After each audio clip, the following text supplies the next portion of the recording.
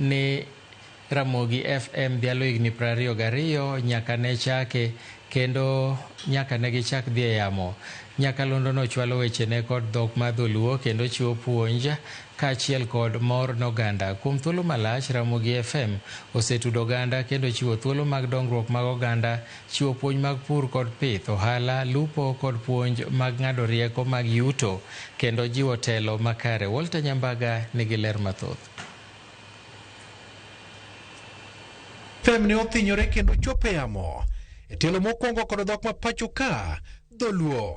Ahero dhowa. Radio mane osidhi e bwo kambi mar Royal Media Services, Nyakalondo mane geto chiwo ne oganda luo duol kendo tudo gi kanyayo kido kod tim, kendo kaka duol ne luchore muomo gode kod aore machopie nembe kapore gwenge, kendo chopo nyaka alwora mar Nam Lolwe.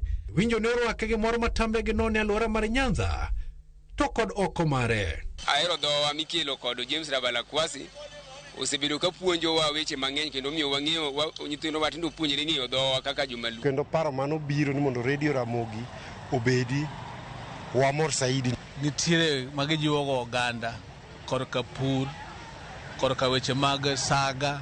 Ramogi Radio golo weche maklia, news ogolo maber kaka otimore. Kuom thuolo malach, Ramogi osebedo kod chenro bura man kod kit puonj thagalany moting'o kogwen, wang'o nyango, donze, mos gi tich, ang'ich welo to kod oigla, undhwe, apaka mag dak, e galamoro mar chike, Ramogi Top 10, to kod mago mapako Nyasaye e kind mamoko.